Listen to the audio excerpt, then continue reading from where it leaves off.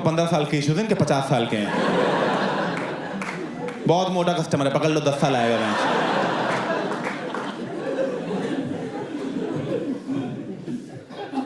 और यही करते हैं थेरेपी वाले, वो करते हैं सब कुछ आपके चाइल्डहुड पर डाल देते हैं कि बचपन में ही हो गया था, बचपन में हो गया था भाई, अब क्या आ रहे हो तुम यहाँ पे, तब आना चाहिए था ना, तब तो तुम्हें छुपन छुपाई खेलनी थी। जाओ खेलो फिर, हो गए ना इश्यूज। सब बचपन में पेरेंट्स से हो जाता है, तो वो अच्छे है तो तुम अच्छे, वो गंदे तो तुम गंदे, वो टकले तुम टकले।